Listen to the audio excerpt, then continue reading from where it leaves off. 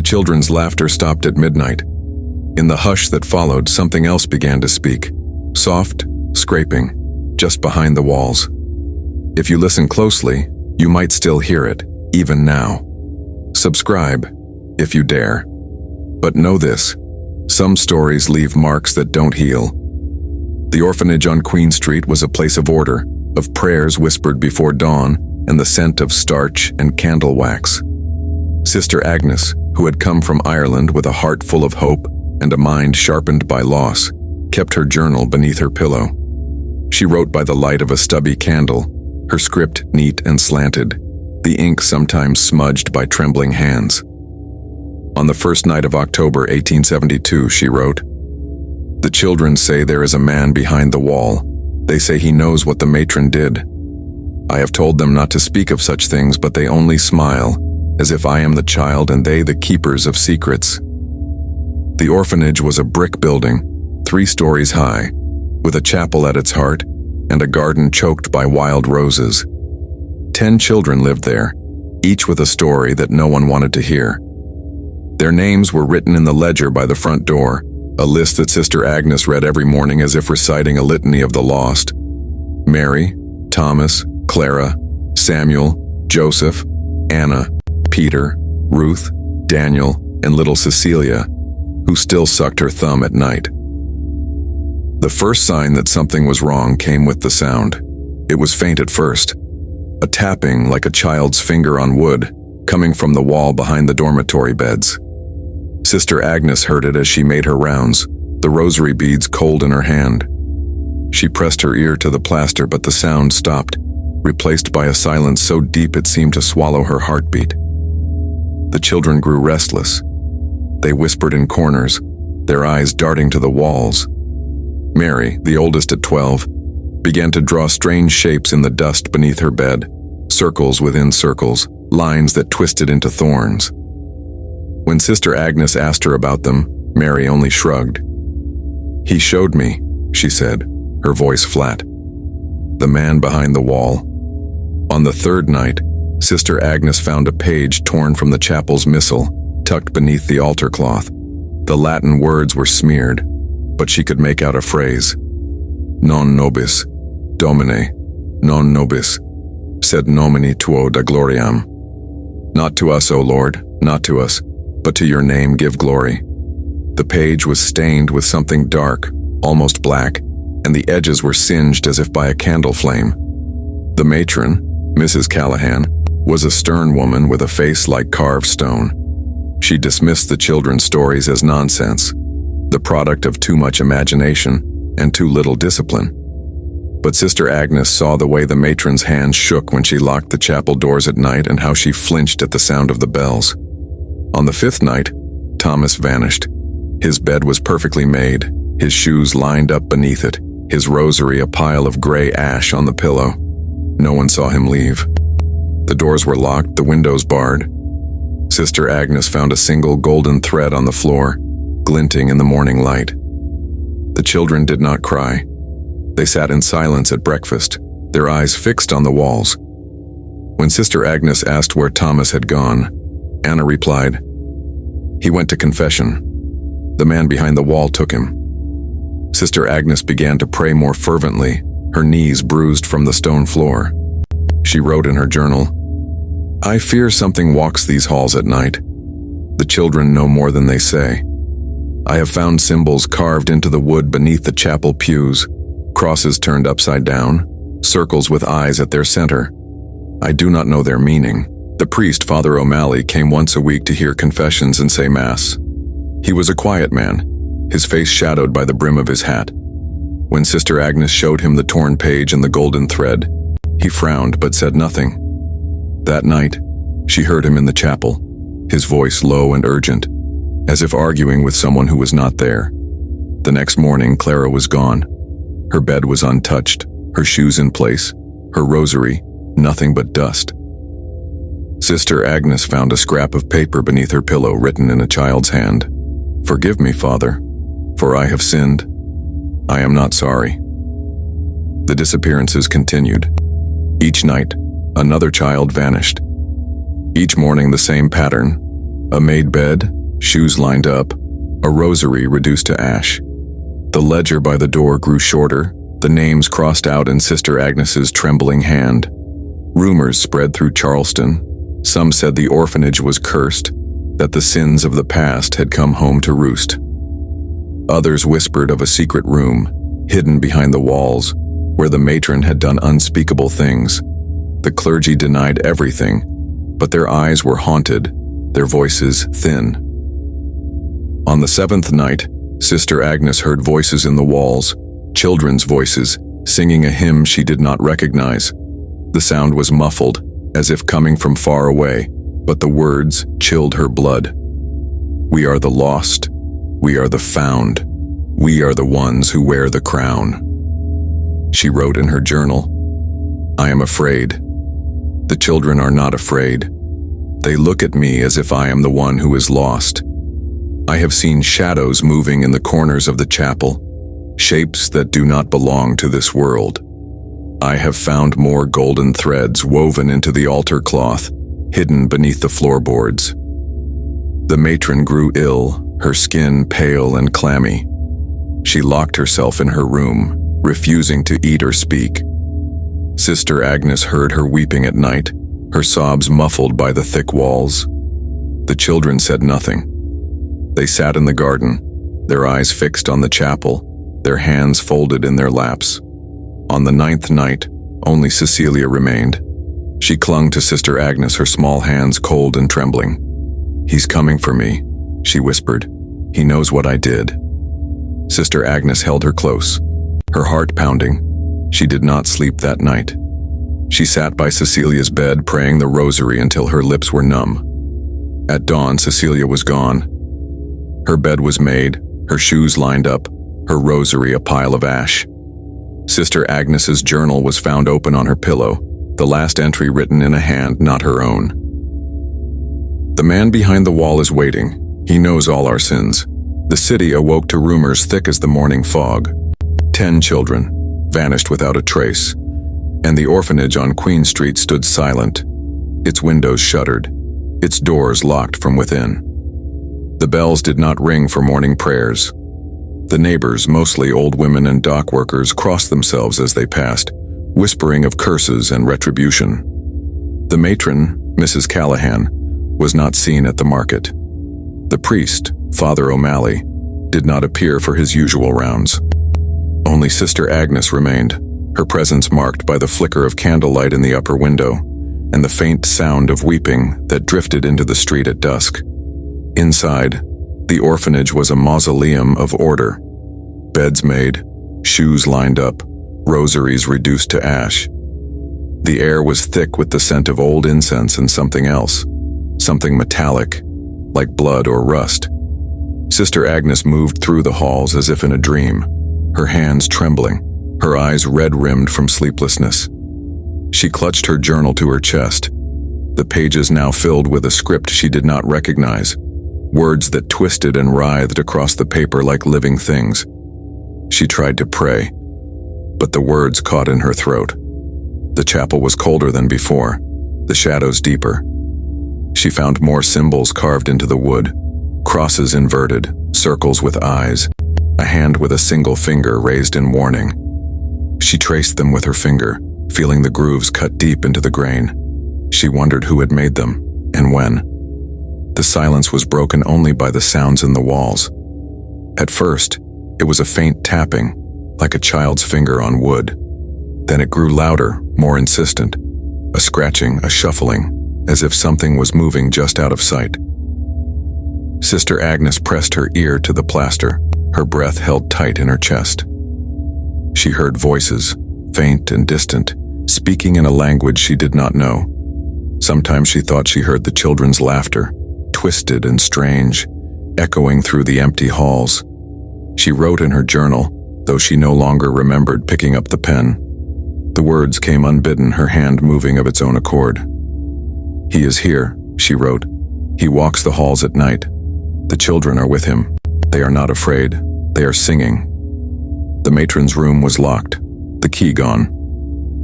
Sister Agnes heard her at night muttering, sobbing, sometimes screaming. She tried the door, but it would not budge. She slid a tray of food beneath the crack, but it was never touched. The smell of sickness seeped into the hall, thick and sweet. On the third day, the muttering stopped. The silence was worse. Father O'Malley arrived on the fourth day, his face drawn, his eyes shadowed. He carried a small black bag and a book bound in cracked leather. He did not speak as he entered, only nodded to Sister Agnes and made the sign of the cross. He went straight to the chapel, where he knelt before the altar and began to pray in Latin, his voice low and urgent. Sister Agnes watched from the doorway, her hands clenched in her skirts. She saw him open the book, his fingers trembling. She saw the pages, covered in symbols, drawings, words that seemed to shift and change as she looked at them. She felt a cold wind brush her cheek, though the windows were closed.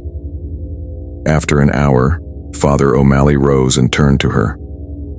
"You must leave this place," he said, his voice hoarse. "It is not safe. There are things here that should not be."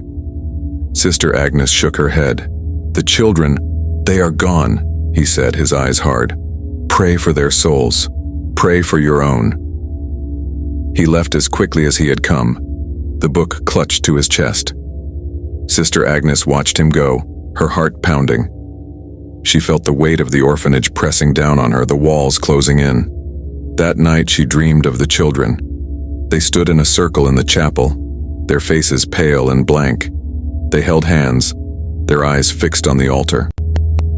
Behind them stood a man, tall and thin, his face hidden in shadow.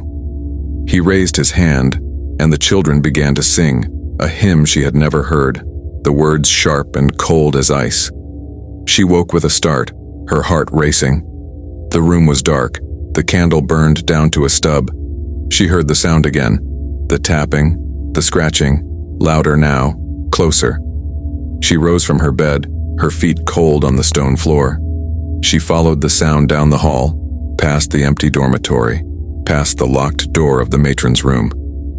The sound led her to the chapel. The door was ajar, the air inside colder than the grave. She stepped inside, her breath clouding in the air. The altar was covered in golden threads, woven into strange patterns. The symbols on the walls seemed to glow in the candlelight, shifting and twisting as she watched. She knelt before the altar, her hands shaking. She tried to pray, but the words would not come. She heard the children's voices singing, growing louder, filling the chapel with their song. She felt a hand on her shoulder, cold and heavy. She turned, but there was no one there. She fled the chapel, her heart pounding. She locked herself in her room, clutching her journal to her chest. She wrote, though she did not know what she was writing. The words spilled from her pen, dark and twisted, filling the pages with secrets she did not understand. In the morning, the matron's door was open. Sister Agnes found her on the floor, her eyes wide and staring, her mouth sewn shut with golden thread. She was blind, her hands covered in blood, her lips moving in a silent prayer. The room was filled with the scent of roses and something darker, something rotten. Sister Agnes fell to her knees, weeping. She knew then that the orphanage was lost, that the sins of the past had come home. She knew that the man behind the wall was waiting, and that she would be next. The city's bells tolled for Sunday Mass, but the orphanage on Queen Street remained shrouded in silence. The news of the matron's fate spread quickly, carried on the lips of parishioners and whispered in the pews of St. Mary's. Some said she had gone mad from grief, others that she had been punished for secrets best left unspoken. But no one dared approach the orphanage gates, not even the police, who stood at a distance and crossed themselves before turning away. Inside, Sister Agnes moved like a ghost. She had not slept since finding the matron, her eyes sewn shut, her mouth sealed with golden thread, her hands still clutching the torn hem of her nightgown. The memory haunted Sister Agnes, replaying in her mind with every step she took.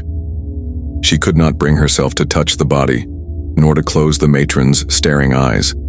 Instead, she covered her with a sheet and knelt beside her, praying for mercy, for forgiveness, for understanding. The journal was never far from her hand, Its pages now seemed to multiply, the writing growing denser, the margins filled with words she did not remember writing. Sometimes as she read, the ink seemed to shimmer, the letters rearranging themselves into prayers and curses in equal measure. She tried to tear out the pages, but each morning they returned, whole, unblemished, waiting for her trembling hand. The sounds in the walls grew bolder. At night, Sister Agnes heard footsteps pacing the length of the dormitory, the soft patter of bare feet on wood. Sometimes she heard laughter, high, childish, echoing through the empty halls. Once she heard her own name, whispered from behind the plaster, so close she could feel the breath on her cheek.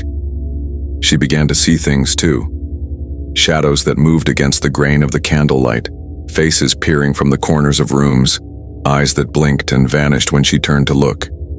In the chapel, the golden threads had multiplied, weaving themselves into the altar cloth, curling around the candlesticks, forming patterns that made her skin crawl. The symbols carved into the pews seemed to pulse with a life of their own, their edges raw and bleeding. One morning, she found a new entry in the journal, written in a child's hand. "We are not gone. We are waiting. The man behind the wall is kind. He forgives us." The words were underlined in gold, the ink still wet to the touch. Desperate for answers, Sister Agnes searched the orphanage from attic to cellar. In the attic, she found a trunk filled with old vestments, their fabric eaten by moths. Beneath them, she discovered a bundle of letters, tied with a faded blue ribbon. The letters were addressed to the matron, written in a shaky, unfamiliar script. They spoke of guilt, of penance, of a sin committed long ago. A child lost, a secret buried beneath the chapel floor. In the cellar, she found a door she had never noticed before. It was small, barely large enough for a child to crawl through, and hidden behind a stack of firewood. The door was locked, but the key hung from a nail above it as if waiting for her. Her hands shook as she turned the key, the lock clicking open with a sound that echoed through the stone walls. Beyond the door was a narrow passage, the air thick with dust and the scent of old earth. The walls were lined with more symbols, scratched into the stone with desperate hands. At the end of the passage, she found a small room, lit by a single candle that never seemed to burn down. In the center of the room was a ledger, its cover cracked and worn, the pages filled with names.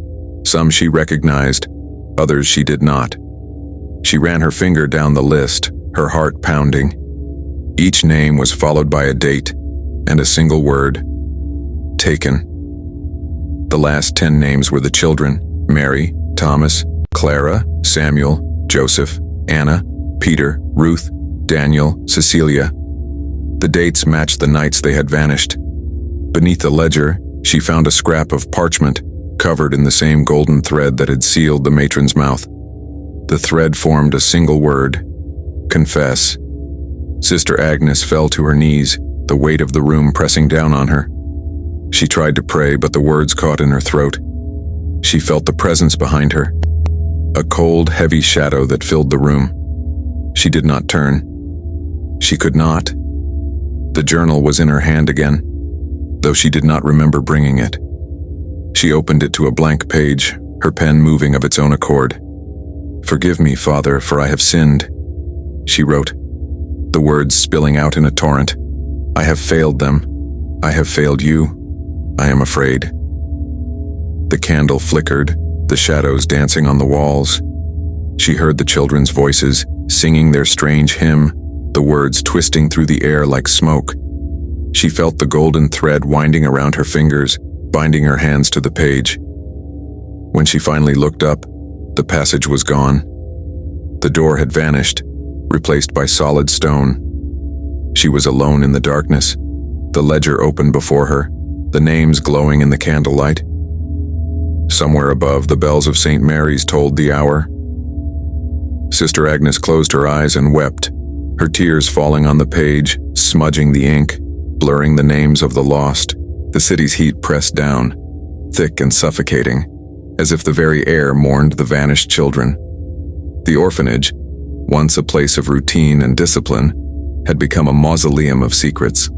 Sister Agnes wandered its halls, her mind fraying at the edges, haunted by the echo of children's voices and the relentless scratching in the walls. She clung to her rosary, though the beads felt colder each day as if leaching the warmth from her skin. She tried to keep the hours, lauds, vespers, compline, but the rhythm of prayer was broken, the words hollow. The chapel, once her refuge, now repelled her. The golden threads had crept further, curling around the altar like living veins, weaving themselves into the fabric of the sanctuary. The symbols carved into the pews seemed to shift when she looked away, their lines growing sharper, more insistent. One afternoon, as the sun bled through the stained glass, Sister Agnes heard a soft thud from the dormitory. She hurried up the stairs, her heart pounding, and found the door ajar. The beds were still perfectly made, the shoes lined up, but on each pillow lay a single white feather, dusted with ash. The air was thick with the scent of roses and something acrid like burnt sugar. She gathered the feathers in her apron, her hands trembling. As she did, she noticed a slip of paper tucked beneath Cecilia's pillow. The handwriting was childish, but the words were ancient. "We are the sacrifice. The wall remembers. The wall forgives." Sister Agnes pressed the note to her chest, her breath coming in shallow gasps. She remembered the ledger in the hidden room, the names glowing in the candlelight, the word taken written beside each one. She remembered the golden thread, the way it seemed to pulse with a life of its own. That night she dreamed of the children again. They stood in a circle in the chapel, their faces pale and luminous, their eyes empty. The man behind the wall stood with them, his face still hidden in shadow. He reached out a hand, and the children began to sing, their voices rising in a mournful hymn. The words were in Latin, but she understood them all the same. "We are the lost, we are the found, we are the price." She woke with a start, her nightgown damp with sweat. The journal lay open beside her, the pages filled with new writing. The words crawled across the paper, twisting and turning, forming a single sentence: "Confess and be forgiven." Sister Agnes rose before dawn, her resolve hardening. She would find the truth, no matter the cost. She began her search in the chapel, examining every corner, every crevice. She found more torn pages, hidden beneath the altar, tucked into the hymnals. Each page bore a different confession, written in a different hand. Some were childish, others ancient. All spoke of guilt, of secrets, of sins too heavy to bear. She found a small door behind the altar, half hidden by a tapestry. It creaked open to reveal a narrow staircase spiraling down into darkness. She lit a candle and descended, the air growing colder with each step. At the bottom, she found a small chamber, its walls covered in symbols, its floor littered with scraps of parchment and broken rosaries. In the center of the room stood a stone basin, filled with water as black as ink. Sister Agnes knelt beside it, her reflection wavering in the candlelight. She dipped her fingers into the water, and the surface rippled, revealing images. Children kneeling in prayer, the matron weeping. Father O'Malley standing in the shadows, his face twisted with fear. She saw herself writing in the journal, her eyes wide and unblinking. She saw the man behind the wall, his face still hidden, his hands weaving golden thread into a tapestry of sorrow. The water grew still, and Sister Agnes withdrew her hand, her skin tingling. She heard footsteps behind her, soft and hesitant. She turned, but the chamber was empty. Only the sound of breathing, slow and ragged, filled the air. She climbed the stairs, her candle flickering. In the chapel, she found a new symbol carved into the altar, a circle with a single eye at its center, weeping golden tears. She traced the lines with her finger, feeling a jolt of cold run through her. That evening, as the sun set behind the city, Sister Agnes sat in the garden, the journal open on her lap. She wrote her own confession, her hand steady for the first time in days. "I have failed them. I have failed myself. I have seen what should not be seen. I have heard what should not be heard. Forgive me, Lord, for I am lost." As she finished, the wind rose, carrying with it the sound of children's laughter. The roses in the garden bloomed all at once, their petals blood red against the darkening sky. The air was thick with the scent of incense and ash. Sister Agnes closed the journal, her heart heavy. She knew the orphanage was a place of penance, a place where sins were paid in blood and sorrow. She knew the man behind the wall was waiting, his patience infinite, his judgment absolute. That night, as she lay in her narrow bed, she heard the scratching in the walls grow louder, more urgent. She pressed her hands to her ears, but the sound burrowed into her mind, filling her with dread. She whispered a prayer, her voice trembling. In the darkness, the journal began to write itself, the pen moving across the page with a will of its own. The words glowed in the candlelight, a warning and a promise. The wall remembers, the wall forgives, but the wall never forgets. The dawn brought no comfort. Sister Agnes awoke to the sound of the city stirring beyond the orphanage gates, but inside the air was thick and unmoving, as if the house itself refused to breathe. She rose from her bed, her limbs heavy, and found the journal open on her desk, the ink still wet. The words written in the night were not her own. The innocent must speak, the guilty must listen. The wall is thin. She shuddered and closed the book, but the words burned behind her eyes. She dressed in silence, her habit feeling heavier than ever, and made her way to the chapel. The golden threads had spread further, now woven into the very fabric of the altar cloth, glinting in the morning light. The symbols carved into the pews seemed to pulse, their edges raw and new. She knelt before the altar, her rosary clutched tight, and tried to pray. The words came out in a whisper, barely audible. Lord, have mercy. Christ, have mercy. Lord, have mercy. But the silence that followed was absolute, as if her prayers were swallowed by the walls themselves. She rose and turned to leave, but something caught her eye. A small folded scrap of paper wedged between the hymnals. She unfolded it with trembling hands. The writing was childish, but the message was clear. He is listening. He knows your name. A chill ran down her spine. She hurried from the chapel, her footsteps echoing in the empty halls.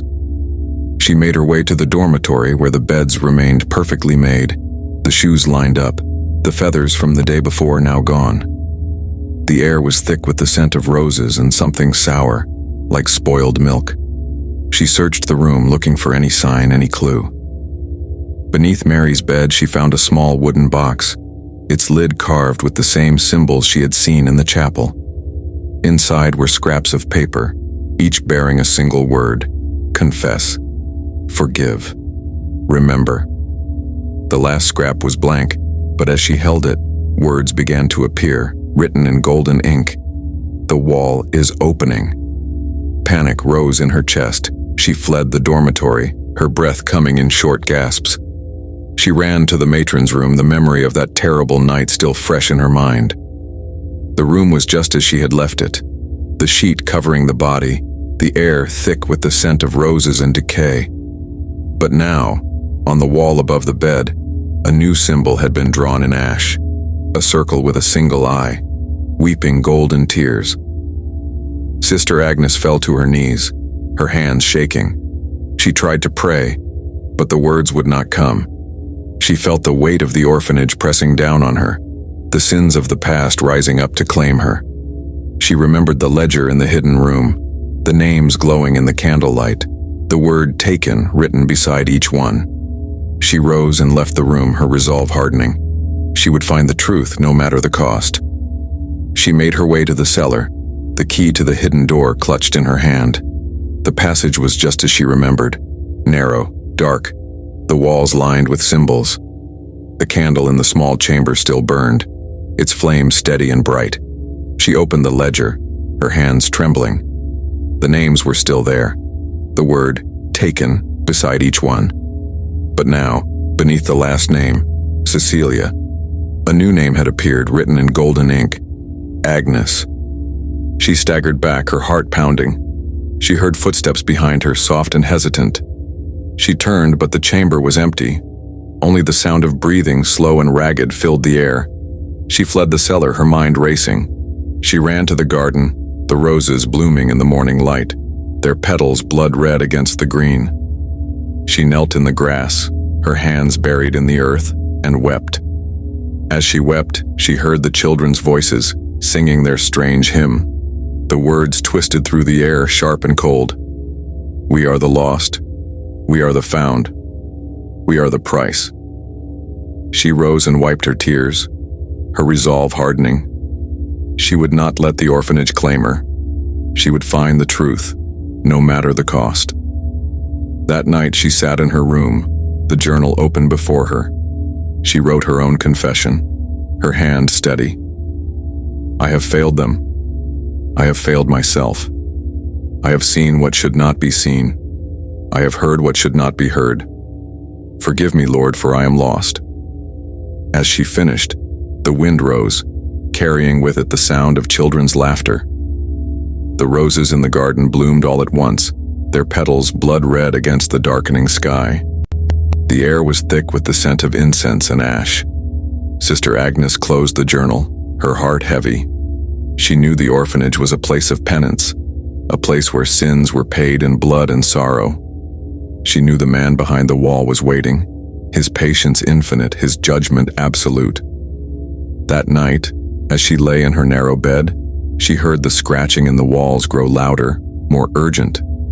She pressed her hands to her ears, but the sound burrowed into her mind, filling her with dread. She whispered a prayer, her voice trembling. In the darkness, the journal began to write itself, the pen moving across the page with a will of its own. The words glowed in the candlelight, a warning and a promise. The wall remembers, the wall forgives, but the wall never forgets. The city's heat broke with a sudden storm, rain lashing the orphanage windows and thunder rolling over the rooftops.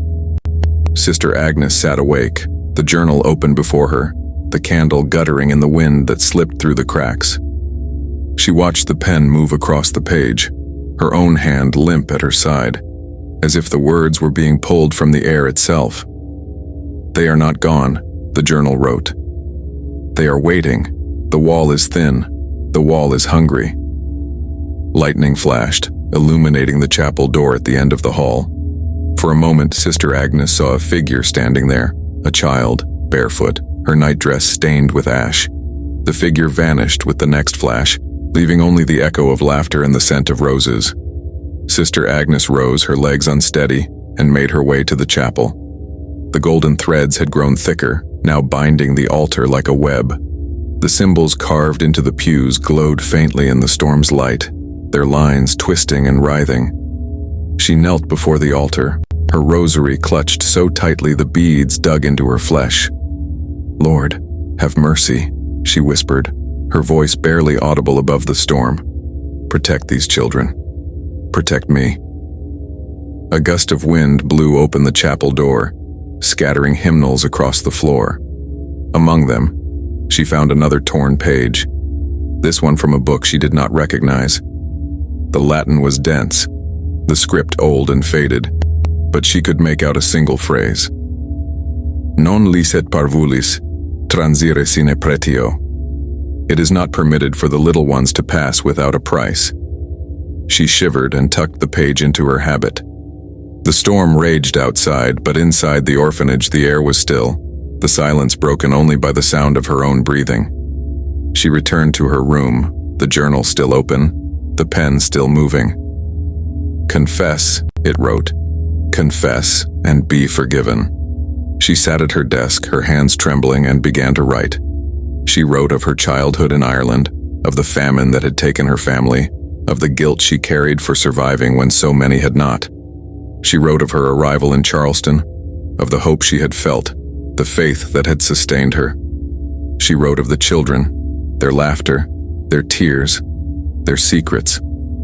As she wrote, the words seemed to lift from the page, swirling around her like smoke. She felt lighter, as if a burden had been lifted. But as she finished, the pen moved again, writing in a hand not her own. It is not enough. The wall is not satisfied. A knock sounded at her door, soft and hesitant. She opened it to find Father O'Malley standing in the hall, his face pale, his eyes haunted. "Sister," he said, his voice barely above a whisper, "I must speak with you." She let him in, closing the door behind him. He sat at her desk, his hands shaking, his eyes fixed on the journal. "There are things you do not know," he said, his voice trembling. "Things the church has tried to forget." He told her of the orphanage's past, of the children who had vanished before, of the rituals performed in secret, of the sins buried beneath the chapel floor. He spoke of forbidden texts, of symbols older than the church itself, of a force that demanded payment in innocence and sorrow. The matron knew, he said, his voice breaking. She tried to stop it, but it was too late. The wall was already open. Sister Agnes listened in silence, her heart pounding. She thought of the ledger in the hidden room, the names glowing in the candlelight, the word taken beside each one. She thought of the golden thread, the way it seemed to pulse with a life of its own. "What must I do?" she asked, her voice barely audible. "Confess," Father O'Malley said, his eyes filling with tears. "Confess everything. Only then can the wall be closed." He rose and left, his footsteps echoing down the hall. Sister Agnes sat in silence, the journal open before her, the pen still moving. She wrote through the night, her confession pouring onto the page. She wrote of her doubts, her fears, her failures. She wrote of the children, their laughter, their tears, their secrets. She wrote until the candle burned down to a stub, until her hand cramped and her eyes blurred with tears. As dawn broke, she closed the journal, her heart heavy. She knew the orphanage was a place of penance, a place where sins were paid in blood and sorrow. She knew the man behind the wall was waiting, his patience infinite, his judgment absolute. She knelt by her bed, her rosary clutched in her hands, and prayed for forgiveness. The storm had passed, but the air was still thick with dread. The walls seemed to close in around her, the scratching growing louder, more insistent. In the silence that followed, she heard the children's voices, singing their strange hymn, the words twisted through the air, sharp and cold.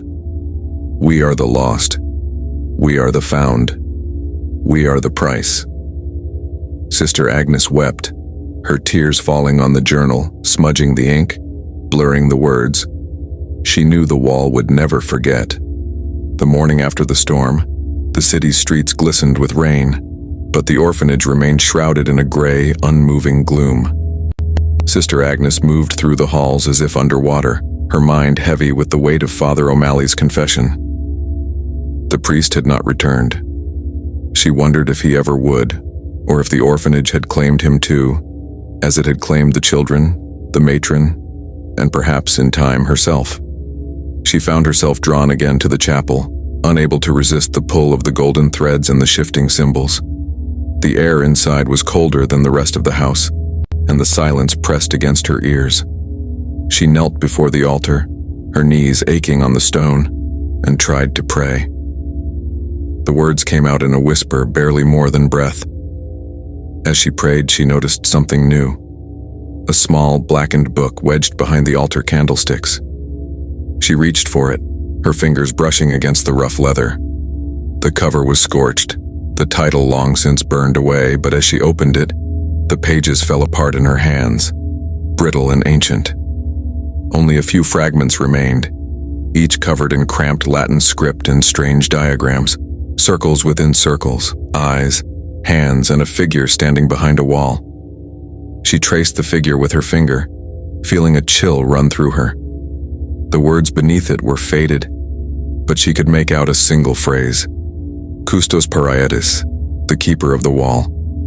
She closed the book, her heart pounding. The man behind the wall had a name, or at least a title, and it was older than the orphanage, older perhaps than the city itself. She tucked the fragments into her habit and rose, her resolve hardening. She would not let fear rule her. She would find the truth, no matter the cost. The day passed in a haze. The city outside seemed to recede, the world shrinking to the orphanage's walls. Sister Agnes wandered from room to room, searching for any sign, any clue.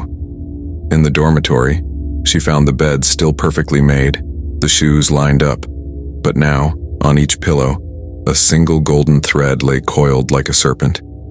She gathered them in her hand, feeling their unnatural warmth, and carried them to the garden. The roses were in full bloom, their petals dark and heavy with rain. She knelt in the mud, her hands shaking, and buried the threads beneath the roots. As she did, she heard the children's voices, faint and distant, singing their strange hymn. The words twisted through the air, sharp and cold. We are the lost. We are the found. We are the price. She rose, her dress stained with earth, and returned to the house. The journal was waiting for her, open on her desk, the pen poised above the page. She sat and watched as it began to write, the words flowing in a hand not her own. The wall is thin. The wall is hungry. The wall remembers. She closed the journal, her hands trembling. She could not bear to read more. She wandered the halls, her footsteps echoing in the silence. She paused before the matron's room, the memory of that terrible night still fresh in her mind. The sheet still covered the body, the air thick with the scent of roses and decay. On the wall above the bed, the symbol of the weeping eye had grown, its lines now traced in gold. She turned away, unable to look any longer, and made her way to the attic. The trunk of old vestments still sat in the corner, the letters tied with blue ribbon still hidden beneath the moth-eaten cloth. She read them again, searching for anything she might have missed. The words blurred before her eyes, but one phrase stood out, written in a trembling hand. The wall must be fed, or it will break. She shuddered and closed the trunk. The attic was stifling, the air thick with dust and secrets. She hurried down the stairs, her heart pounding. As evening fell, the orphanage grew colder. The golden threads in the chapel seemed to pulse with a faint light, casting strange shadows on the walls. Sister Agnes lit a candle and sat in the garden, the journal open on her lap. She wrote her own confession, her hand steady for the first time in days. I have failed them. I have failed myself.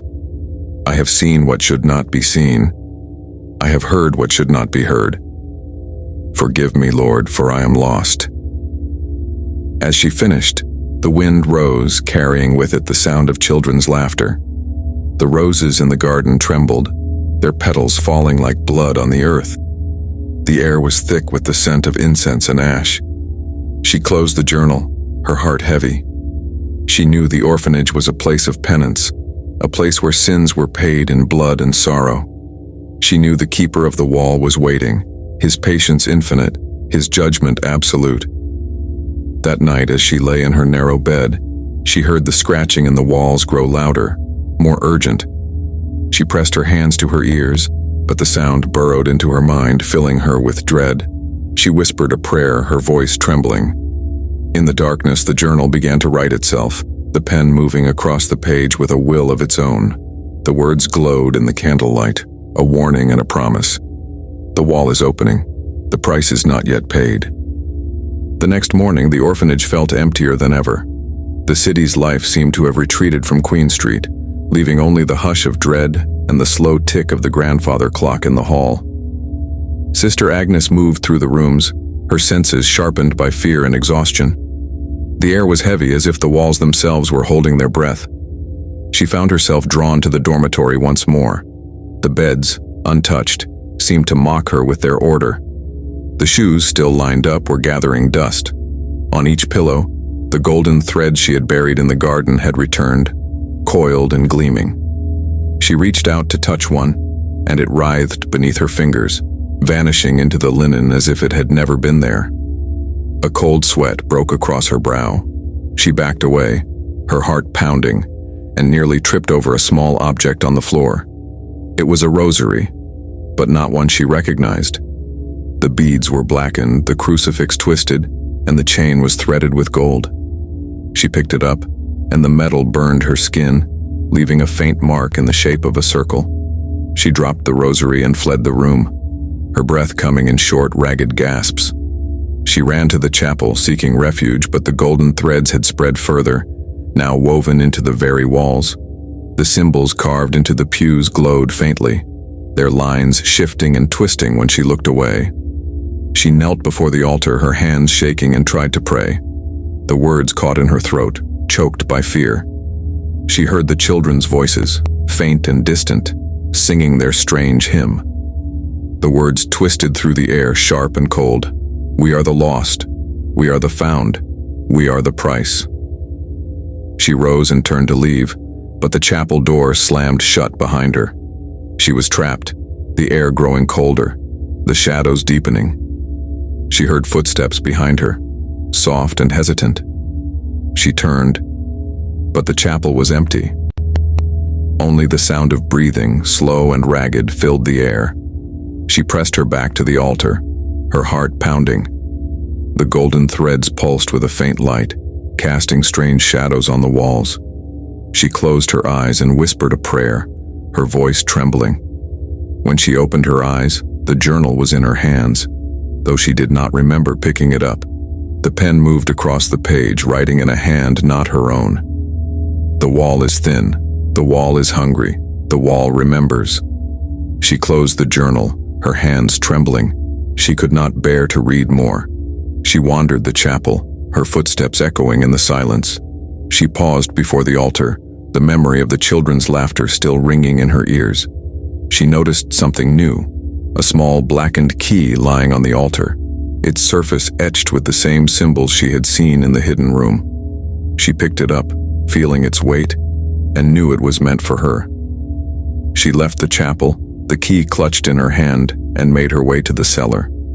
The hidden door was just as she remembered, the passage narrow and dark. She unlocked the door and stepped inside, the air thick with dust and the scent of old earth. The chamber at the end of the passage was unchanged. The candle still burned, its flame steady and bright. The ledger lay open on the table, the names glowing in the candlelight. She ran her finger down the list, her heart pounding. Each name was followed by a date and a single word. Taken. The last name was her own. She closed the ledger, her hands shaking, and turned to leave. But the passage was gone, replaced by solid stone. She was trapped, the air growing colder, the darkness pressing in. She knelt on the floor, her rosary clutched in her hands, and prayed for forgiveness. The candle flickered, the shadows dancing on the walls. She heard the children's voices, singing their strange hymn, the words twisting through the air like smoke. As she prayed, the golden threads began to weave themselves around her, binding her hands, her feet, her mouth. She struggled, but the threads were too strong. She felt herself slipping away, her vision dimming, her breath growing shallow. In the darkness, she heard the man behind the wall, his voice soft and cold. Confess and be forgiven. Resist and be forgotten. She closed her eyes and whispered her confession, her voice barely audible. The golden threads loosened, and she felt herself falling into darkness. When she awoke, she was back in her room, the journal open on her desk, the pen poised above the page. The words written in the night were not her own. The wall is opening. The price is not yet paid. Sister Agnes wept, her tears falling on the journal, smudging the ink, blurring the words. She knew the wall would never forget. The city's bells rang out for the Angelus, but their sound barely reached the orphanage, muffled by the thick, humid air. Sister Agnes sat at her desk, staring at the journal, its pages now warped and stained by her tears. The pen lay beside it, still and silent for the first time in days. She felt hollowed out, as if the confessions she had poured onto the paper had drained her of something vital. She forced herself to rise, her body aching with fatigue. The orphanage was eerily quiet, the usual creaks and groans of the old building replaced by a tense, expectant hush. She moved through the halls, her footsteps muffled by the worn carpets. The portraits of long-dead benefactors seemed to watch her. their painted eyes following her every move. In the kitchen, she found a plate of bread and cheese left untouched on the table. The food was covered in a fine layer of dust, as if it had been sitting there for days. She had no memory of preparing it. The clock on the wall had stopped, its hands frozen at midnight. A sudden chill swept through the room, and she turned to see the cellar door standing open. She had locked it the night before, she was certain. The darkness beyond the threshold seemed to pulse, drawing her forward. She hesitated, then stepped into the gloom, her hand trailing along the damp stone wall. The air grew colder as she descended, the only sound her own breathing. At the bottom of the stairs, she found the hidden passage open, the candle inside guttering in a draught. The ledger was gone. In its place lay a single sheet of parchment, the golden thread coiled atop it like a sleeping serpent. She picked up the parchment, her fingers trembling. The writing was unfamiliar, the letters sharp and angular. The keeper waits for the final word. The debt is not yet settled. The golden thread twitched in her palm, then dissolved into dust. A noise behind her made her spin around. The passage was empty, but she felt a presence, something vast and cold, pressing against her mind.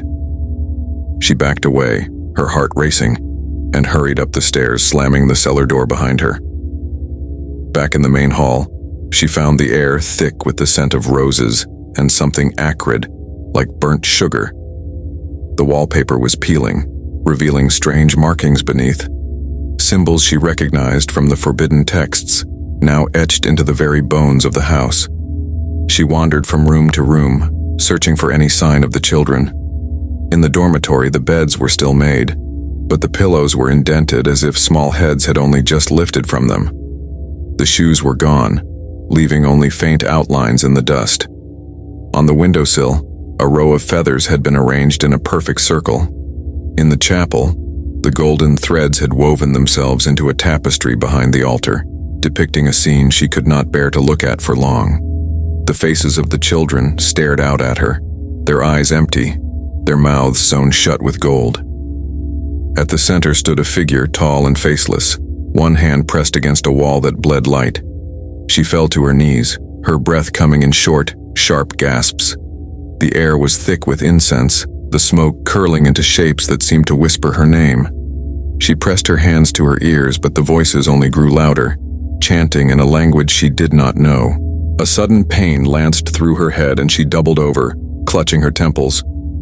Images flashed before her eyes, children kneeling in the chapel, the matron weeping in her room, Father O'Malley standing in the shadows, his face twisted with fear. She saw herself writing in the journal, her eyes wide and unblinking. The pain faded as quickly as it had come, leaving her gasping on the cold stone floor. She opened her eyes to find the chapel empty, the tapestry gone, the golden threads vanished. Only the scent of roses remained, cloying and sweet. She staggered to her feet and made her way back to her room. The journal was open, a new entry written in a hand she did not recognize. The keeper is patient. The innocent have spoken. The guilty must answer. She sat at her desk, her hands shaking, and tried to write, but the words would not come. The pen scratched uselessly at the paper, leaving only broken lines. She closed the journal and stared out the window, watching the rain begin to fall, each drop tracing a path down the glass like a tear. As night fell, the orphanage seemed to shrink around her, the walls pressing in, the shadows growing deeper. She lit a candle and sat in silence, listening to the sound of the rain and the faint, persistent scratching in the walls. She knew the time was drawing near. The keeper was waiting, and the final confession had yet to be made. Night pressed against the orphanage, thick and suffocating, as if the world outside had ceased to exist. Sister Agnes sat by her window, the candle's flame flickering in the draught, her eyes fixed on the garden below. The roses glistened with rain, their petals bruised and heavy, but the rest of the city was lost in darkness. She felt utterly alone, as if the house itself had drifted free from time and place. A soft, rhythmic tapping began in the walls behind her. It was not the frantic scratching of rodents, but something deliberate. 3 taps, a pause, then 3 more. She rose, her heart pounding, and pressed her ear to the plaster. The tapping stopped, replaced by a faint childlike whisper. "Agnes. Agnes. Come and see." She recoiled, stumbling back into the center of the room. The journal lay open on her desk, a new entry scrawled in hurried, uneven script. "The wall is open. The children are near. The keeper waits for you." She tried to pray, but her voice faltered. The words of the Hail Mary tangled on her tongue, and she felt a cold hand close around her heart. She left her room, candle in hand, and moved through the silent halls. The air was thick with the scent of roses and something sharper, like old iron. As she passed the dormitory, she glimpsed movement inside. The beds were empty, but the covers were rumpled, as if someone had just risen. On the far wall, a new symbol had been drawn in ash, a circle pierced by a single golden line. The air shimmered with a faint, golden light. She entered the chapel, her footsteps muffled by the worn carpet. The altar was bare, the golden threads gone, but the walls were covered in writing. Lines and lines of confessions, some in childish scrawl, others in elegant looping script. She recognized her own words among them, mingled with those of the children and the matron. The confessions seemed to pulse as if alive, the ink glistening wetly in the candlelight. A sudden gust of wind extinguished her candle, plunging the chapel into darkness. She stood frozen, listening to the sound of breathing, soft, ragged, and not her own. The air grew colder, and she felt a presence behind her, vast and silent. She turned slowly, her eyes straining to see. In the darkness, a figure took shape. A tall, faceless man, his form outlined in faint gold. He stood with one hand pressed against the wall, the other extended toward her. The children's voices rose in a low, mournful chant, echoing through the chapel. "We are the lost. We are the found. We are the price." Sister Agnes fell to her knees, her body trembling. The figure did not move, but she felt his gaze upon her, heavy and unyielding. The confessions on the walls began to glow, the words swirling and merging until only a single phrase remained: "Confess and be forgiven." She bowed her head, her tears falling hot and silent. She spoke aloud, her voice shaking. "Forgive me, Lord, for I have failed. I have doubted. I have been afraid. I have not protected the innocent. I have hidden from the truth." The figure's hand dropped to his side, and the golden light faded. The children's voices fell silent, leaving only the sound of her own sobbing. The chapel was empty once more. The confessions on the walls faded to faint smudges. She rose unsteadily, her legs weak, and left the chapel. The halls were darker than before, the shadows deeper. She returned to her room, the journal waiting for her on the desk. She opened it, her hands trembling, and found a new entry. "The keeper has heard. The wall is closing, but the debt remains." She sat in silence, the candle's flame guttering low. The tapping in the walls had stopped, replaced by a heavy, expectant silence. She felt the weight of the orphanage pressing down on her, the sins of the past coiling around her heart. As dawn crept over the city, Sister Agnes closed the journal and lay down on her bed, her eyes fixed on the ceiling. She did not sleep. The house was quiet, but she knew the keeper was still there, waiting in the darkness behind the walls. The final confession had been spoken, but the price had not yet been paid. The first light of morning crept through the orphanage's stained glass, painting the walls with fractured colors that did nothing to dispel the chill.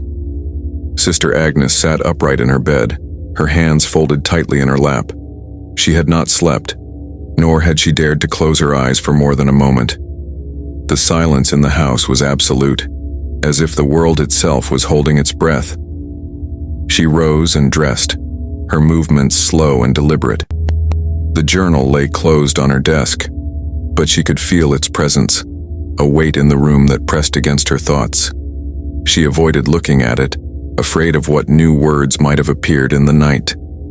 Downstairs, the air was thick with the scent of roses, stronger than ever, mingled now with a faint trace of incense. The kitchen was untouched, the bread and cheese from the day before now hard as stone. She poured herself a cup of water, but it tasted of metal, and she set it aside. She wandered the halls, her footsteps echoing in the emptiness.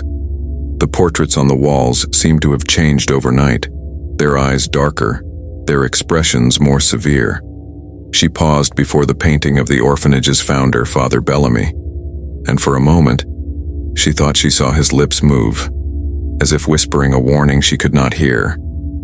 In the dormitory, the beds were still made, but the pillows were indented, as if the children had only just risen.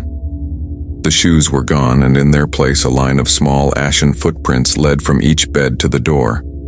She followed the trail into the hall, her heart pounding, but it faded before the staircase, vanishing into the worn wood.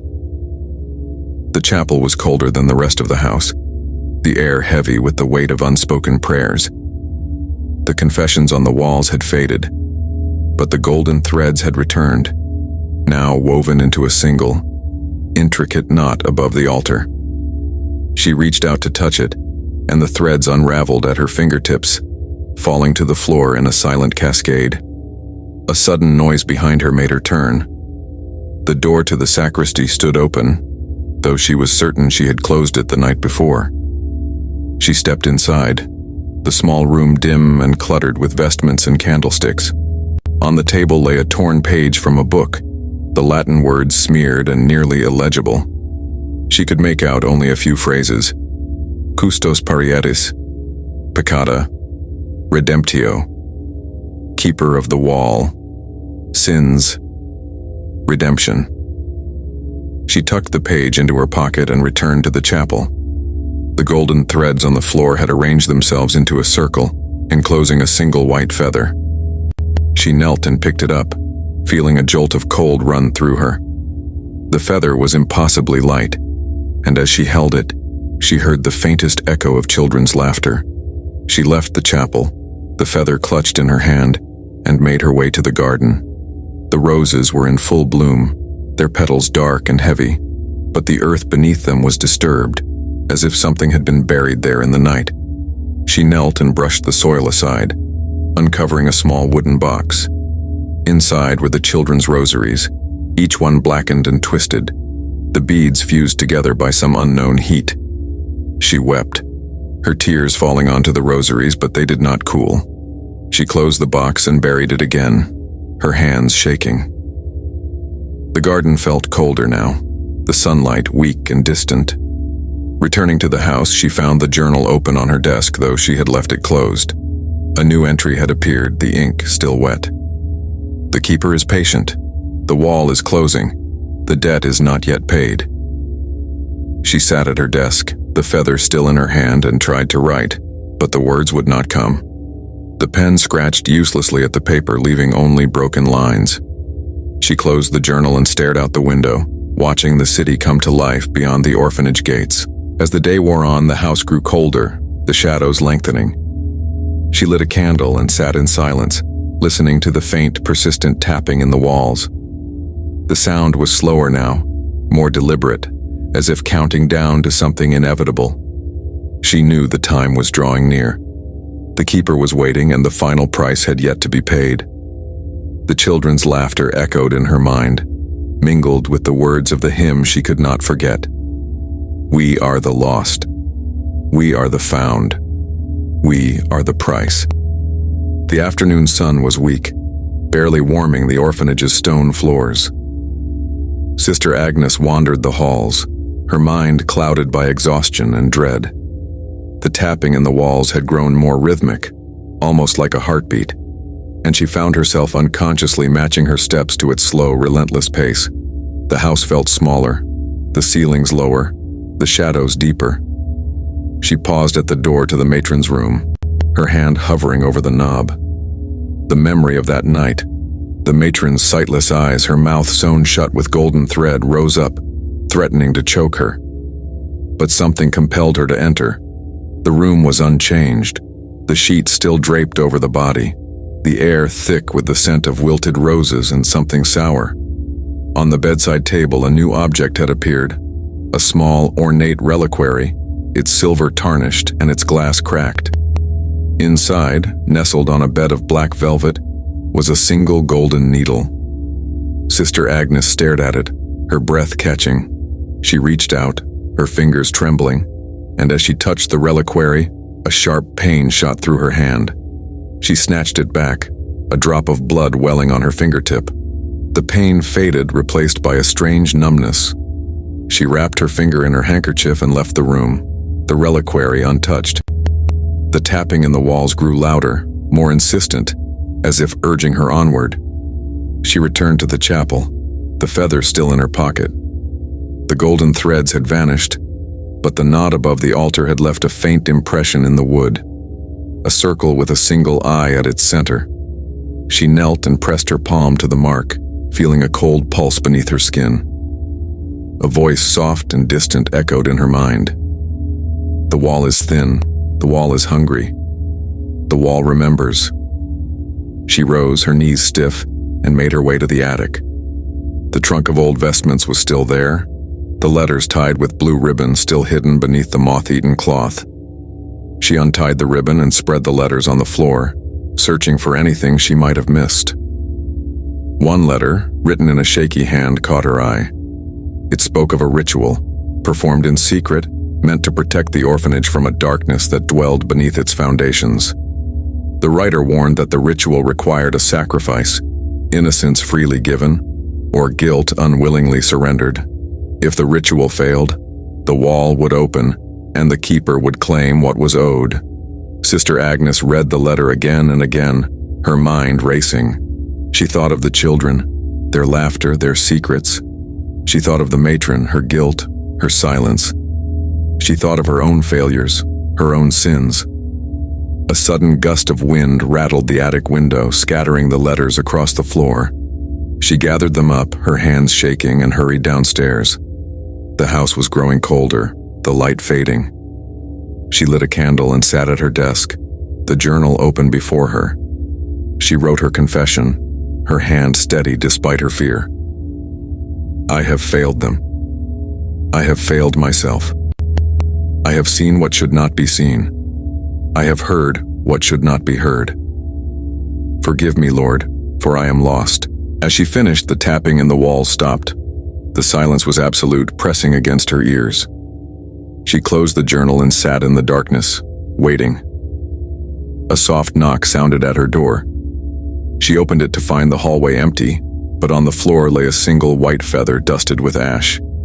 She picked it up, her heart pounding, and returned to her room. The journal was open again, a new entry written in golden ink. The keeper is patient. The wall is closing. The debt is not yet paid. She sat in silence, the feather in her hand, listening to the house settle around her. The final price had yet to be paid, and she knew the keeper was waiting. The children's hymn echoed in her mind, a reminder of all that had been lost. We are the lost. We are the found. We are the price. As night fell, Sister Agnes knelt by her bed, her rosary clutched in her hands, and prayed for forgiveness. The house was silent, but she felt the keeper's gaze upon her, patient and unyielding, waiting for her to speak the words that would close the wall or open it forever. Night deepened, and the orphanage seemed to shrink around Sister Agnes, the walls pressing closer, the air thick with the scent of roses and old wax. She sat at her desk, the white feather turning slowly between her fingers. The journal lay open, its pages blank for the first time in days, as if waiting for her to fill them. She felt the weight of the house's silence, a silence that was not empty but expectant. She tried to pray, but her mind wandered. She thought of the children, Mary's shy smile, Thomas's quick laughter, Cecilia's small hand in hers. She remembered the way they had gathered in the chapel, their voices rising in song, their eyes bright with hope. Now, their absence was a wound that would not heal. A sudden chill swept through the room and the candle guttered low. The tapping in the walls began again, softer now, almost gentle. She rose and followed the sound, her bare feet silent on the cold floorboards. The tapping led her to the main hall, where the portraits of the orphanage's benefactors loomed in the shadows. One portrait, that of Father Bellamy, seemed to glow faintly in the candlelight. She stepped closer, her breath catching. The paint around his eyes had cracked, and beneath the flaking surface she saw a symbol, an eye within a circle, traced in gold. She reached out and touched the frame, and the wall behind it gave way with a soft click. A hidden door swung open, revealing a narrow staircase spiraling down into darkness. The air that rose from below was cold and damp, tinged with the scent of earth and something older. She hesitated only a moment before descending, the candle trembling in her hand. The stairs ended in a small stone chamber, its walls covered in the same symbols she had seen throughout the orphanage. In the center of the room stood a simple wooden table, and upon it, the ledger she had found before. The pages were open, the names of the children glowing faintly in the candlelight. Her own name was there, written in golden ink, the word "awaiting" beside it. She turned the page and found a new list. Names she did not recognize, dates stretching back decades, even centuries. Each name was followed by a single word: taken. At the bottom of the page, a line had been left blank, as if waiting for her to fill it. A voice echoed in the chamber, low and resonant, neither male nor female. The wall is thin, the dead is old, the keeper waits for the truth. Sister Agnes knelt before the table, her hands trembling. She opened the journal and began to write, her confession pouring out in a torrent. She wrote of her failures, her doubts, her guilt. She wrote of the children, their innocence, their trust. She wrote of the matron, her secrets, her fear. She wrote until her hand cramped and her eyes blurred with tears. As she finished, the candle flickered and died, plunging the chamber into darkness. The air grew colder, and she felt a presence beside her, vast and silent. She closed her eyes and whispered, "Forgive me." A hand, cold and gentle, rested on her shoulder. The silence deepened, and for a moment she felt a sense of peace, as if a burden had been lifted. But then the hand tightened, and she heard the children's voices, distant and mournful, singing their hymn. "We are the lost, we are the found, we are the price." The ledger snapped shut, and the presence withdrew. Sister Agnes opened her eyes to find the chamber empty, the candle relit, the journal closed. She rose, her legs unsteady, and climbed the stairs back to the main hall. The hidden door closed behind her with a soft click, sealing the chamber away. The tapping in the walls had stopped, replaced by a heavy, expectant silence. She returned to her room, the white feather still in her hand, and sat at her desk. The journal was open once more, a new entry written in golden ink. "The confession is heard. The wall is closing. The debt is nearly paid." She sat in the darkness, listening to the silence, knowing the keeper was near. The final reckoning was at hand, and she was no longer certain what would be required to set the children free. The following morning dawned gray and listless, the sky pressing low over Charleston as if mourning with the house. Sister Agnes awoke with the white feather still clutched in her hand, its barbs now tinged with gold. She rose slowly, her joints stiff, and moved to the window. The city beyond the orphanage walls was shrouded in mist, the church spires barely visible, the world reduced to shadows and silence. She dressed and made her way through the orphanage, each step echoing in the emptiness. The tapping in the walls had ceased, but the hush that replaced it was no comfort. In the kitchen, the clock had begun to tick again, but the hands spun backward, marking time in reverse. She watched the pendulum swing, mesmerized, until a sharp knock at the front door startled her from her trance. She hesitated, then opened the door to find Father O'Malley standing on the stoop, his cassock soaked with rain, his eyes hollow. He stepped inside without a word, glancing over his shoulder as if afraid of what might be following him. He carried a small satchel, worn and stained, and clutched it to his chest as if it contained something precious or dangerous. They sat together in the parlor, the silence between them heavy. At last, Father O'Malley spoke, his voice barely above a whisper. "I have seen the ledger," he said. "I have seen the names. The church has always known, Agnes. We have always known." Sister Agnes felt a cold weight settle in her stomach.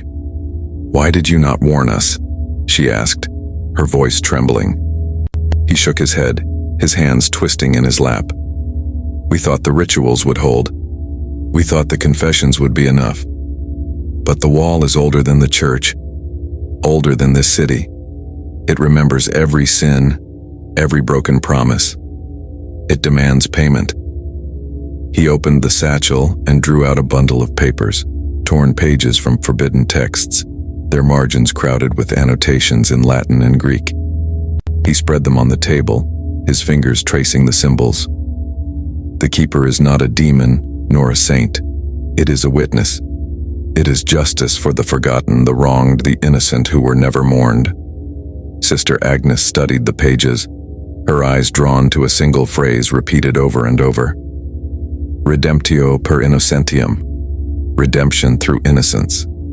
She thought of the children, their laughter, their secrets, their sudden, silent disappearances. Father O'Malley's voice broke the silence. "The only way to close the wall is to offer what was taken. A confession is not enough, there must be a reckoning. The guilty must stand in the place of the innocent." A chill ran through her. "You mean a sacrifice?" He nodded, his eyes shining with unshed tears. The matron tried.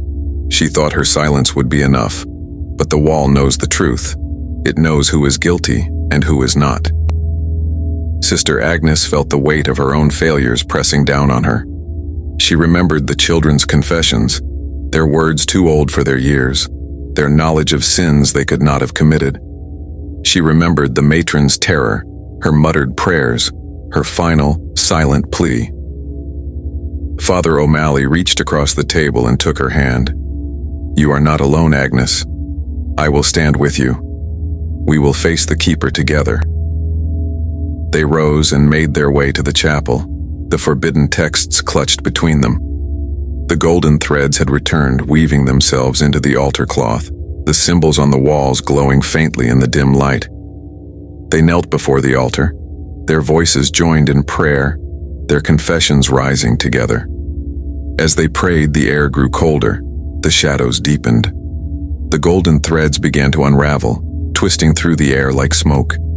The walls seemed to pulse, the symbols shifting and merging, forming a single unblinking eye above the altar.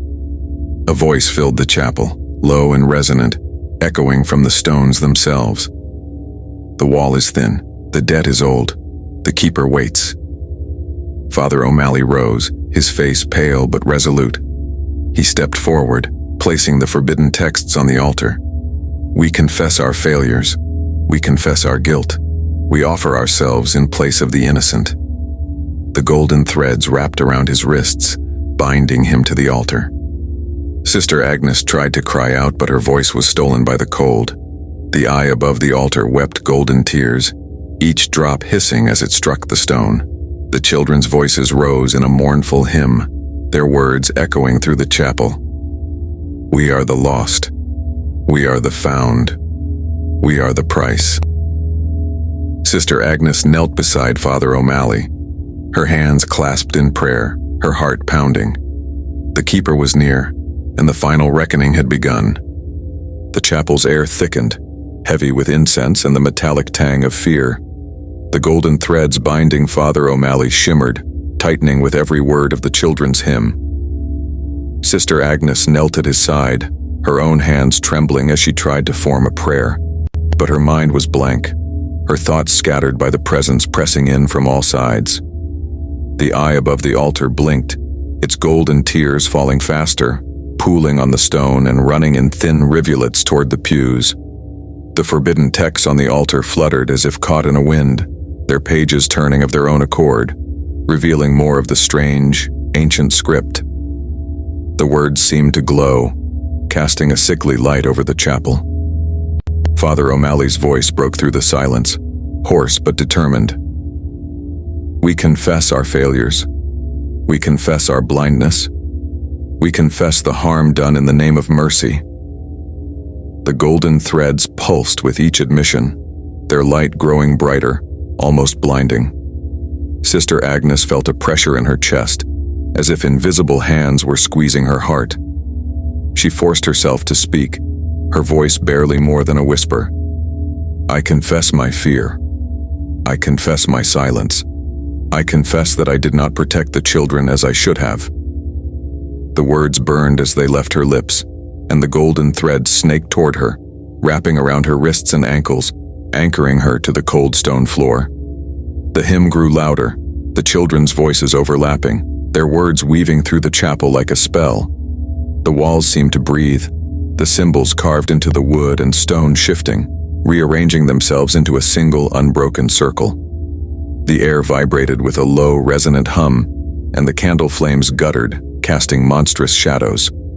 A shape began to form at the center of the altar, a figure tall and indistinct, its face hidden in shadow, its hands long and thin, trailing golden thread. The Keeper. Its presence was overwhelming, ancient, and sorrowful. It raised one hand, and the threads binding Father O'Malley and Sister Agnes tightened, drawing them closer to the altar. The forbidden texts burst into flame, the fire burning cold and blue. The smoke rose in twisting columns, forming the faces of the lost children, their eyes wide and unblinking. They watched in silence as the Keeper spoke, its voice echoing from the walls and floor, from the very air itself. The wall remembers, the wall forgives, but the wall demands truth. Father O'Malley struggled against the threads, his face contorted with pain. "Take me," he gasped. "Let the children go. Let Agnes go. I am the one who failed them." The Keeper's shadow shifted, its gaze falling on Sister Agnes. She felt her soul laid bare, every secret, every doubt, every moment of weakness exposed. She wept, her tears mingling with the golden light pooling at her feet. The children's hymn faltered, their voices trembling. The faces in the smoke began to fade, their eyes pleading. The Keeper extended its hand, palm up, and a single golden needle appeared, hovering in the air between them. Sister Agnes understood. The final confession, the final act of penance, must be freely given. She reached out, her hand steady despite her fear, and took the needle. The golden threads loosened, falling away from her wrists and ankles. She turned to Father O'Malley, who nodded, his eyes shining with tears. "Do what must be done," he whispered. With trembling hands, Sister Agnes pricked her finger with the needle. A single drop of blood welled up, bright and red against the gold. She let it fall onto the altar, where it sizzled and spread, forming a perfect circle. The Keeper bowed its head, and the golden threads dissolved into light. The children's faces in the smoke smiled, their eyes closing in peace. The hymn faded, replaced by a deep, resonant silence. The eye above the altar closed, and the golden tears ceased. The chapel was still, the air clear and cool. Sister Agnes knelt in the silence, her heart pounding, her soul aching with relief and sorrow. Father O'Malley slumped to the floor, the last of the golden threads falling away. He looked at Sister Agnes, his face pale but peaceful. "It is finished," he said softly. But as the silence settled, Sister Agnes knew the orphanage would never be the same. The wall had closed, but the memory of what had happened would linger, a scar on the soul of the house. The Keeper had been appeased, but the price of innocence lost could never be reclaimed. She rose, her knees weak, and helped Father O'Malley to his feet. Together, they left the chapel, the golden light fading behind them, the echoes of the children's hymn lingering in the air. The chapel door closed behind them with a sound that seemed to echo through every corridor of the orphanage.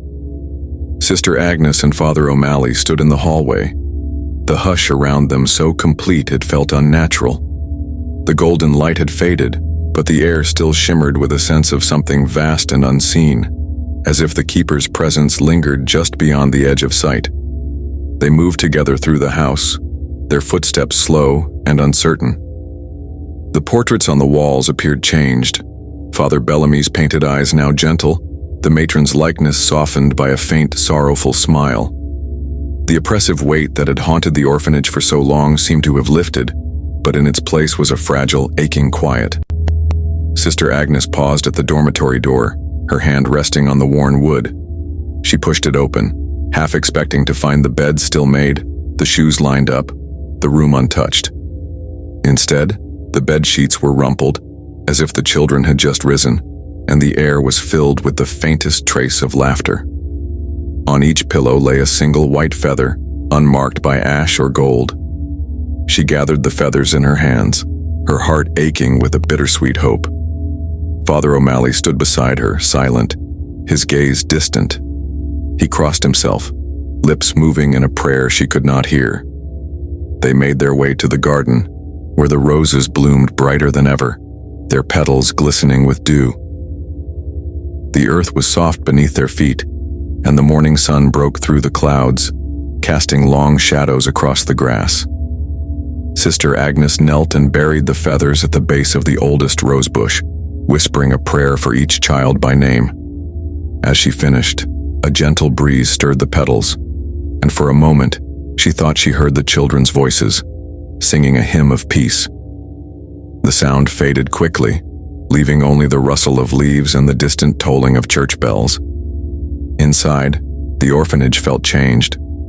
The tapping in the walls had ceased, and the strange symbols that had once marred the wood and stone were gone, replaced by faint, ordinary cracks and stains.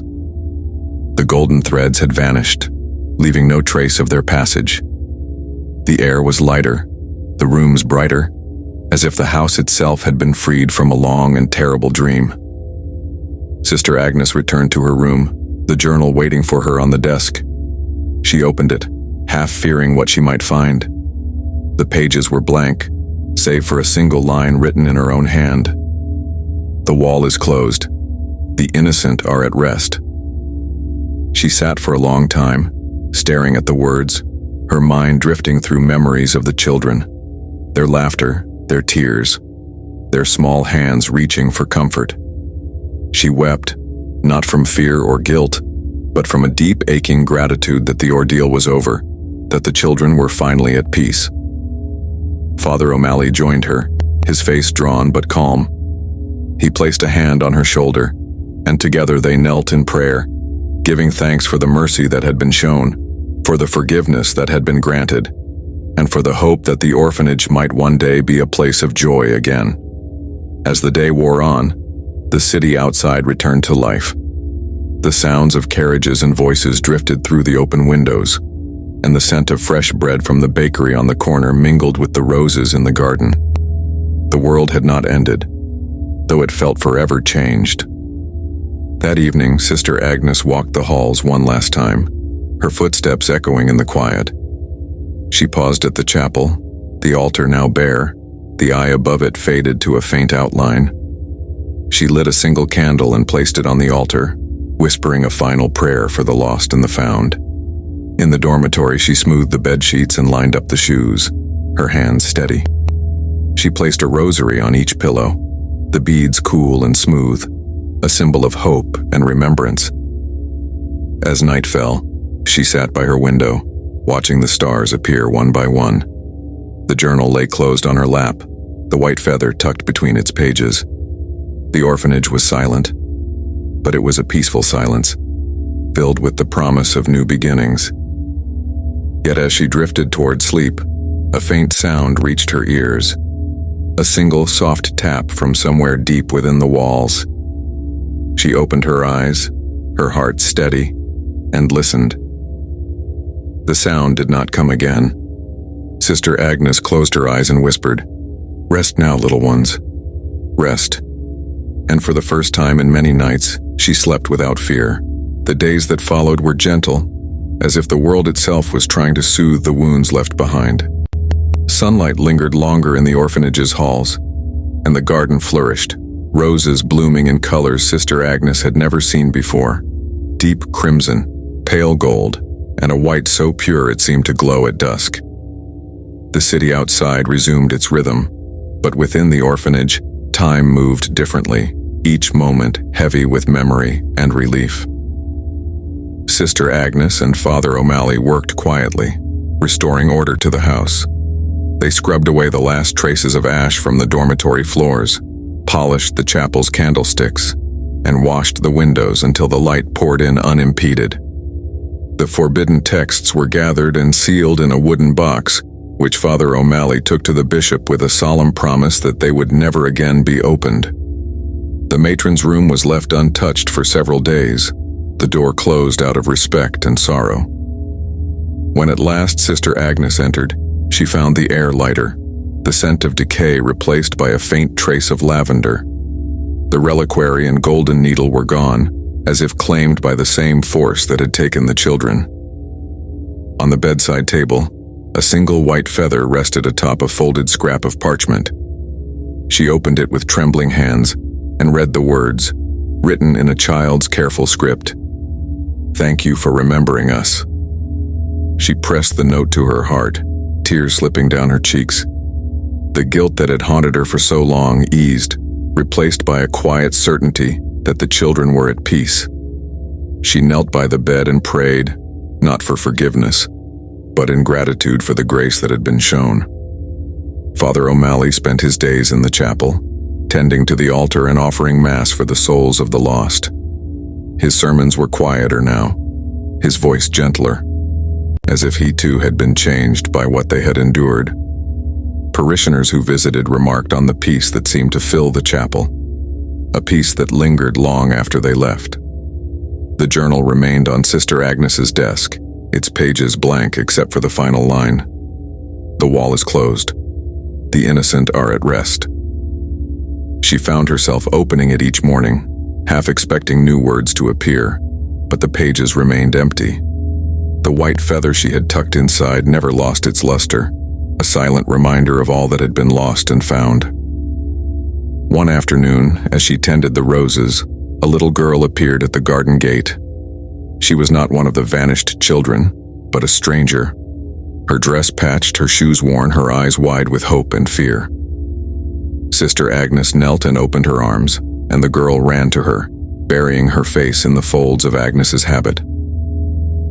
"Are you the lady who helps lost children?" the girl whispered. Sister Agnes hugged her tightly, her heart swelling with both sorrow and joy. "Yes, my dear.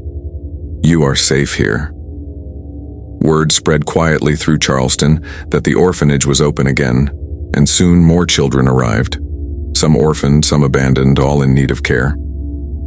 Sister Agnes welcomed each one, learning their names, listening to their stories, and promising that they would never be forgotten.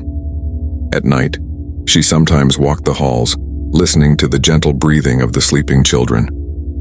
The tapping in the walls was gone, replaced by the soft sighs and occasional laughter that drifted from the dormitory.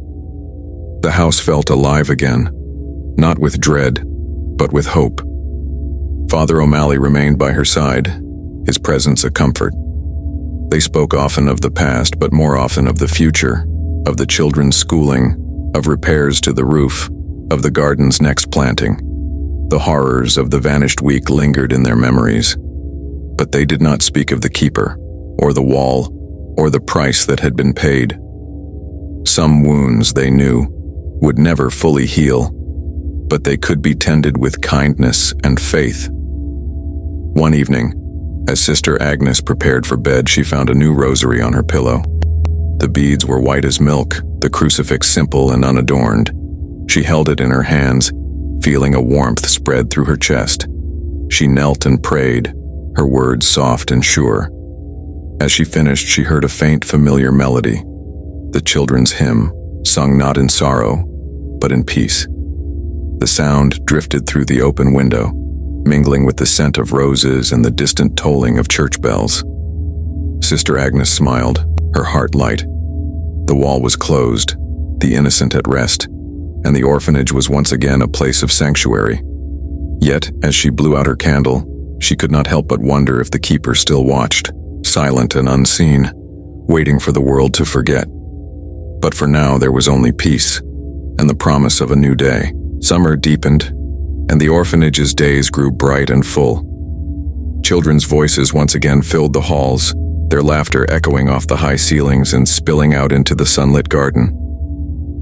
Sister Agnes moved among them, her heart lighter than it had been in years, though a quiet watchfulness lingered in her eyes. She tended scraped knees and soothed nightmares, her hands gentle, her words kind. The new children, each with their own sorrows, found comfort in her presence and in the gentle routines she restored. Father O'Malley, too, seemed changed. He smiled more easily, his sermons filled with hope rather than warning. He spent long hours in the chapel, sometimes in prayer, sometimes simply sitting in silence, as if listening for a voice only he could hear. The parishioners who visited remarked on the sense of calm that now filled the orphanage, a peace that seemed to radiate from the very stones. Yet, beneath the surface, the memory of what had happened lingered. Sister Agnes often found herself pausing in the hallways, listening for the faintest sound in the walls.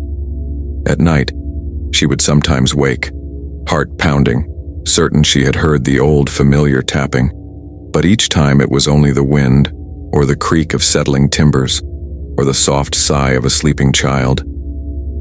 The journal remained on her desk, untouched. She could not bring herself to write in it, nor to throw it away.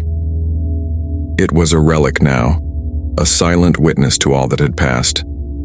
The white feather, still tucked between its pages, glowed faintly in the moonlight, a reminder of the children who had vanished and the price that had been paid.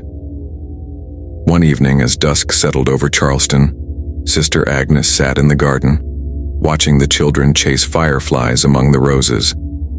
The air was thick with the scent of blossoms and the distant sound of church bells. She closed her eyes and listened to the laughter, letting it wash over her like a blessing. A small boy, new to the orphanage, approached her with a question. "Sister, why do you always look at the roses like you're waiting for something?" She smiled, brushing a strand of hair from his forehead. "The roses remind me that even after the darkest night, there can be beauty and hope. Sometimes we must remember those we've lost, but we must also care for those who are here." He nodded, satisfied, and ran off to join the others. Sister Agnes watched him go, her heart full and aching all at once. Later that night, as she prepared for bed, she found a folded scrap of paper on her pillow. The handwriting was unfamiliar, but the message was clear. "Do not forget us." There was no signature, only a faint trace of gold dust on the page. She sat on the edge of her bed, the note trembling in her hands. The room was quiet, the only sound the distant chirr of crickets. She thought of the children who had vanished, of the keeper, of the wall that had demanded so much. She wondered if the peace they now enjoyed was truly permanent, or if it was only a reprieve. She knelt and prayed, her words simple and sincere. "Lord, grant me the strength to remember and the courage to protect. Let this house be a place of safety, and let the innocent never be forgotten." As she finished, a gentle breeze stirred the curtains, carrying with it the scent of roses and something older, something sacred. She felt a presence in the room, not threatening but watchful, as if the keeper lingered at the edge of the light, bearing silent witness. The next morning, she found the white feather gone from the journal, replaced by a single perfect rose petal, its edges dusted with gold. She pressed it between the pages, her heart steady. The days passed, and the orphanage thrived. Children came and went, each leaving their mark, each finding a measure of peace within its walls. Sister Agnes grew older, her hair silvering, her steps slower, but her spirit remained strong. And always, in the quiet moments, she remembered. She remembered the vanished children, the confessions whispered in the dark, the keeper's silent judgment. She remembered the price that had been paid and the grace that had followed. The wall was closed, but the story was not forgotten. It lived on in the prayers she whispered, in the care she gave, in the love that filled the orphanage, and in the hush before sleep, when the world was still She sometimes heard the faintest echo of a hymn, sung by voices she would never forget. Autumn crept into Charleston, painting the city in gold and rust. The orphanage's garden faded, the roses dropping their petals one by one. But inside, warmth and laughter endured. Sister Agnes watched the children prepare for All Saints' Day, their faces bright with anticipation as they practiced hymns and fashioned paper halos. The old fears seemed distant now, softened by the passage of time and the steady rhythm of daily life. Yet, as the nights grew longer, Sister Agnes found herself drawn more often to the chapel. She would sit in the last pew after evening prayers, the flicker of candlelight casting long shadows on the walls. The eye above the altar was barely visible now, a faint outline in the wood, but she could not forget the way it had once wept golden tears. Sometimes she would run her fingers over the place where the golden threads had been, feeling only smooth, ordinary wood. Father O'Malley joined her most evenings, his presence a comfort. They spoke little of the past, but their silences were companionable, filled with the unspoken knowledge of what they had survived. He had grown older, his hair streaked with gray, but his faith was steady, his kindness undiminished. One night, as a storm rattled the windows, Sister Agnes lingered in the chapel long after the children had gone to bed. The wind howled outside, and the rain beat against the glass, but inside the air was still. She knelt at the altar, her hands folded, her head bowed. A memory rose up, unbidden. The children's faces, pale and luminous in the candlelight, their voices rising in that strange, mournful hymn. She remembered the keeper's presence, the weight of judgment and sorrow, the golden needle gleaming in the darkness. She remembered the final confession, the drop of blood, the closing of the wall. She opened her eyes and found the journal in her lap, though she did not recall bringing it. The pages were blank, save for a single line written in gold. Remember. A shiver ran through her. She closed the journal and rose, her knees stiff. As she turned to leave, she heard a sound, a soft rhythmic tapping, so faint she thought she might have imagined it. She paused, listening, but the sound faded, replaced by the gentle creak of the old building settling. In the days that followed, small things began to happen. A child's voice heard in an empty room, a feather found on a windowsill dusted with gold, a hymn hummed by a child who could not have known the tune. Sister Agnes noticed these things, but she did not speak of them. She simply watched and listened and prayed. The children, for their part, seemed untroubled. They played and studied, quarreled and made up, their lives unfolding in the safety of the orphanage. New faces arrived and old ones left, but the spirit of the house remained gentle, watchful, and kind. On the eve of All Saints' Day, the children gathered in the chapel, their voices rising in song. Sister Agnes sat among them, her heart full. She looked around at the faces, so many, so alive, and felt a deep, abiding peace. As the hymn ended, a hush fell over the chapel. For a moment the air shimmered, and Sister Agnes thought she saw the vanished children standing among the living, their faces serene, their eyes bright with forgiveness. The vision faded quickly, leaving only the warmth of candlelight and the scent of roses. That night, as she prepared for bed, she found the journal open on her desk. A new line had appeared, written in a child's hand. "We are at rest. Do not forget us." She closed the book gently, her fingers lingering on the cover. She understood now that the story of the orphanage would never truly end. The wall was closed, but the memory remained, a quiet presence, a reminder of the cost of innocence and the power of grace. Sister Agnes knelt by her window, the city lights twinkling beyond the garden. She prayed for the children, for the living and the lost, for the peace that had been won and the hope that endured. And as she whispered her final amen, she felt a gentle touch on her shoulder, light as a feather, and knew she was not alone. Winter settled over Charleston, quieting the city with its rare chill. The orphanage's windows glowed with lamplight, and the laughter of children drifted into the long evenings, mingling with the distant toll of church bells. Sister Agnes moved more slowly now, her hair silver and her hands lined with age, but her eyes remained bright, watchful, and kind. The years had softened the sharp edges of memory, but the story of the vanished children lingered in the corners of every room. On the anniversary of the last disappearance, she rose before dawn. The house was silent, the children still dreaming. She wrapped herself in her shawl and walked the halls, pausing at each door, whispering a prayer for every soul who had passed through the orphanage. In the dormitory, she found the beds neatly made, the shoes lined up, and on each pillow, a single white feather, impossibly clean, untouched by dust or time. She gathered the feathers in her apron, her heart heavy and grateful all at once. In the chapel, she placed them on the altar, arranging them in a circle.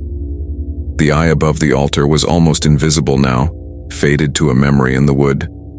She knelt and prayed, her words simple. Let them rest. Let us remember. As the sun rose, the children awoke and filled the house with life. They found Sister Agnes in the garden, tending the roses that still bloomed, even in the cold. She told them stories, some true, some softened by time, about the children who had come before, about kindness and forgiveness, about the power of prayer. The children listened, wide-eyed, and promised never to forget. Father O'Malley, older and slower, joined her in the garden. They walked together among the roses, speaking quietly of the past and the future. He confided that sometimes, in the quiet of the chapel, he still felt a presence, gentle, sorrowful, but no longer angry. We did what we could, he said. We carry them with us. That evening, as dusk fell, Sister Agnes sat at her desk and opened the journal one last time. The pages were nearly full now, a record of sorrow and hope, of confessions and prayers. She wrote a final entry, her hand steady. The wall is closed. The innocent are at peace. We remember, and we are forgiven. She closed the book and placed the white feather inside, pressing it between the last pages. The room was quiet, the only sound the soft ticking of the old clock. She felt the weight of years, of secrets kept and shared, and knew her work was nearly done. As night deepened, a hush fell over the orphanage. The children slept soundly, their dreams untroubled. Sister Agnes sat by her window, watching the stars appear above the city. For a moment, she thought she heard the faintest echo of a hymn, sung by voices long gone and the gentle tapping of small hands in the walls. She smiled, her heart full. In the final hours before dawn, a soft wind stirred the curtains. The journal on her desk fluttered open, though no hand touched it. A single line appeared, written in golden ink that shimmered in the moonlight. Some debts are paid, some stories are never finished. The wind died, and the house was still. Sister Agnes closed her eyes, her lips moving in silent prayer. The orphanage stood quiet and whole, its walls holding both memory and mercy.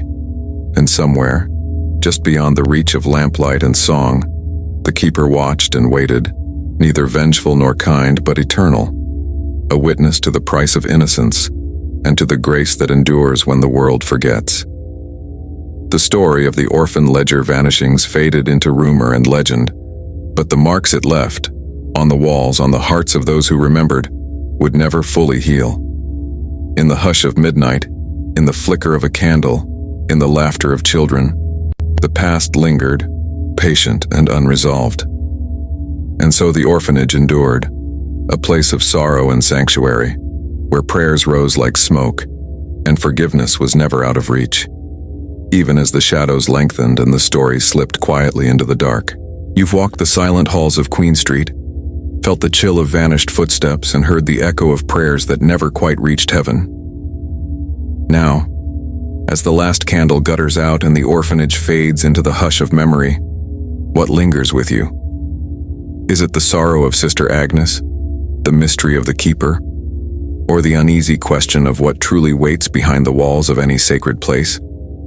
Perhaps you find yourself listening for a faint tapping in your own home, or wondering what confessions might be written in the margins of your own story. Maybe you're left with a sense of awe, or a shiver of dread, or a quiet hope that grace can still be found in the darkest corners. If this tale left you haunted, curious, or changed, I invite you to keep searching with me.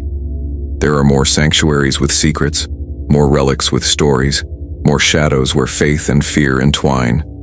Subscribe to Sanctified Secrets, where every episode is a key, every legend a locked door, and every listener a fellow pilgrim in the dark.